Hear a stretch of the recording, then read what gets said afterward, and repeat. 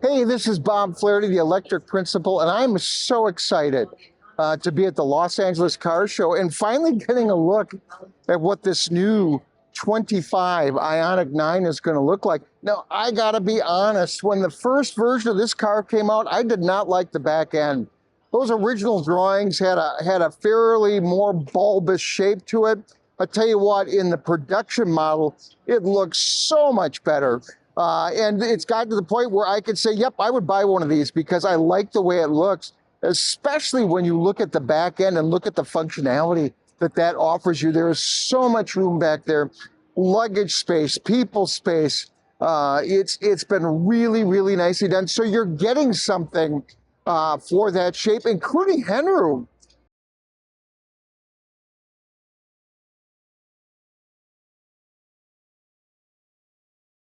But you know, I kind of have to go back in the day. I have to start thinking back to when I was a kid. I grew up, believe it or not, with a total of 8 brothers and sisters, and mom and dad, and we all drove around in a 1968 Pontiac 400 cubic inch engine attached station wagon.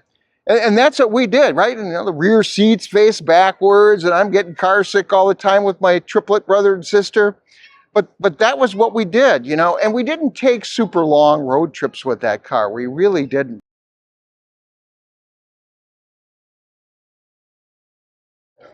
Hyundai and Kia as well never stand still, right? So we have the EV9 that comes out and they put just about a 100 kilowatt battery, right? So, you know, Hyundai's coming out a year or two later and they're putting in a 110 kilowatt battery.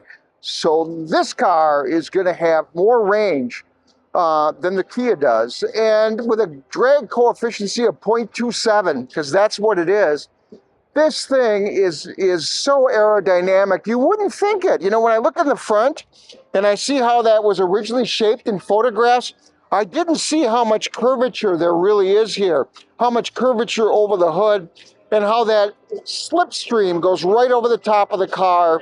And that, you know, they've taken everything off the outside of this car they possibly can to keep that resistance to a minimum. And when are we going to get rid of these? You know, with the new technology Hyundai has, do you really need full-size rear view mirrors? There's 5 different ways this car does blind spot monitoring. Why do we need that anymore? The old deal of going over your shoulder completely and looking, unless it's a thunderstorm, is not a great idea. And small cameras could take the place of those mirrors like they do in Europe. And I think if the Europeans can live with it, we could probably live with it too. So that would even make the car slipperier, but we don't have that yet. We will someday. But it's an amazing car in terms of the range you're going to get. The smallest, lowest figure, Hyundai's coming out with an entirely all-wheel drive model is 300 miles. Even with a 338 horsepower four-wheel drive system. That is amazing. I should say all-wheel drive. That's more accurate. Now, if you buy a two-wheel drive, you're just going to get a big motor in the back that does about 285 horsepower. And that motor is more than enough to get you where you need to go. And once again, you know, if I'm buying a family vehicle this big or something where I really want range. And so I would consider buying one of these with the smallest tires possible, with just the rear wheel drive to get that range as far as I can.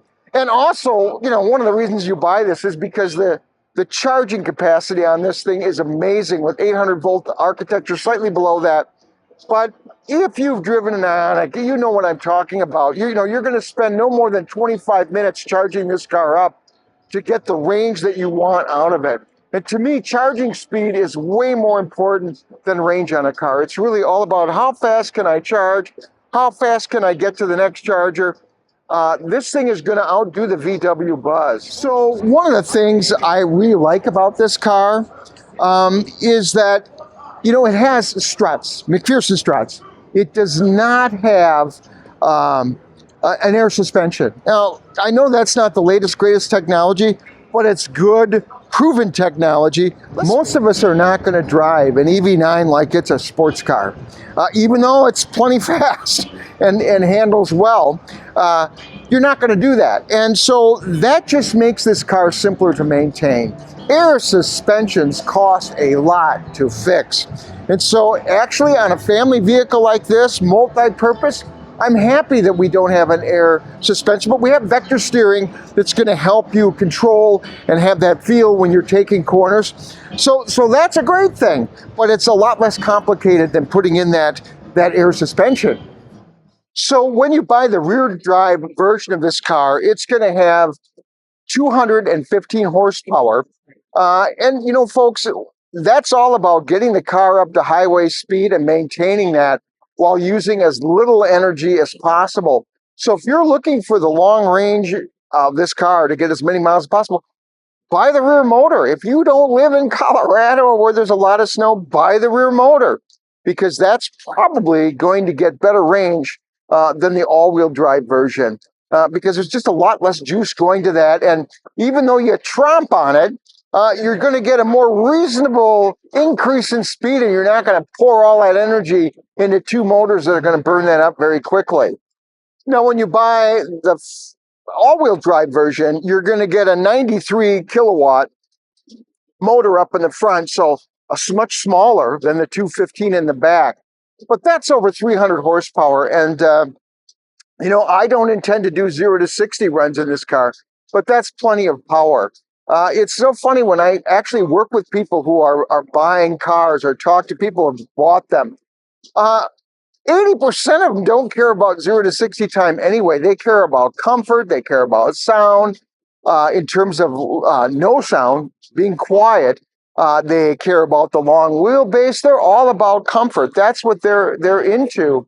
They're not necessarily into how fast can I make this car go. One of the things I really like and changes that Hyundai's come up with is these door handles. These door handles, the entire panel pops out, so you've got something proper to hold on to. And then, of course, as you drive away, it pops back in. That is awesome, because you know that little handle that sticks out on the IONIQ 5 is nowhere near as substantial as this thing is. So let's take a second and look at the back end of the car. And I'm just going to press and hold that down, and we're going to start this process up. And everything in this high-end model is electronic. You can see it. I can just drop these seats in a heartbeat, right? I can press the two buttons back here, the two buttons up front. Totally cavernous design. That is just awesome. Just makes it so much easier than having to go around and flip things open and closed. So I'm going to crawl in the back here just to see if I can do this, right? And if I just push a button here on the top of the bolster, it'll slide that seat forward, and I should be able to just jump on in. Now, I'm a 65-year-old guy who's slightly overweight, but I just want to show you that you can do this. You're going to notice this front seat is the middle second row. It's pretty far back. So let's see how a 5'8", well, now 5'7", I'm shrinking every day, will fit in here. Hey, you know what? It works. I'm good with this. I would have that front passenger move this up an inch. But what's nice is you've got headroom. I was worried that with the sloping roof, that there'd be no headroom back here. Hey, but it's really good. I really like it. And then to get out, all I have to do is press this. Much different than my early bugs, right? Trying to get out of the back seat of those things. And I can actually get out of this thing, not gracefully, but I can successfully get out of this thing and move on. And you know, as the old guy in the family, I will never be sitting back here anyway. Hey, so this is the inside of it, and boy, does it look familiar, right? When it comes to the steering wheel, all those buttons look mighty familiar, look like they just came out of a new Santa Fe. If you look at this small screen here, that is right out of the Kona EV. Same design, same kind of ability to slide things about, move it around. And when you look at the materials in here, you know, the wood grain material, kind of an aluminum painted trim style, and you look at how they put this together, it's really good looking. We've upgraded as we've got USB-C ports with a combined total of 100 watts of power. Go ahead and charge your MacBook Pro because you can do it from these ports, which is awesome. Like the old IONIQ 5 Limited, you can push and pull the center console to make it work better. That's a great design by Hyundai. Do that where I can actually adjust the passenger seat in the front from here, and it just, you know, as a parent, I'd love that, or a grandparent, I love it because I can just open that up and make more space. I don't have to explain to somebody what to do from the back, and I don't have to get out of the car to slide that seat forward. Just little things, you know, once again, we keep improving cars and designs. We've got the set driver 1 and 2 buttons right up here, easy to reach. It's not like the IONIQ 5 where you have to reach way down in a lower area to get that to work properly.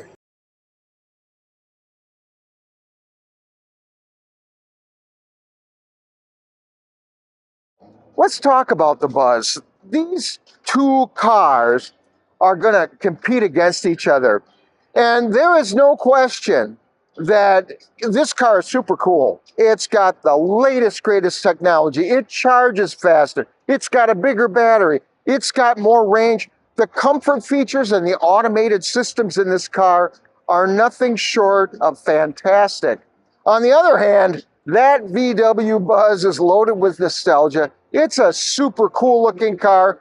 It was a super cool looking car the first day they penned it, and they pulled it off. That car looks very similar to the original design, and there's a lot less, how should I say, fancy features in terms of seating and moving and power, but the versatility of that Buzz is amazing. And the build quality, hey, built in Germany, it's going to be a wonderful build quality on that. Plus, they built them for 2 years. So they know what they're doing when they're buying that. So really, it comes down to the kind of buyer you are. I think this is a gorgeous vehicle. I think it has the latest, greatest tech. If I'm a tech guy and I want absolutely superior tech in a car, this is the one I'd buy.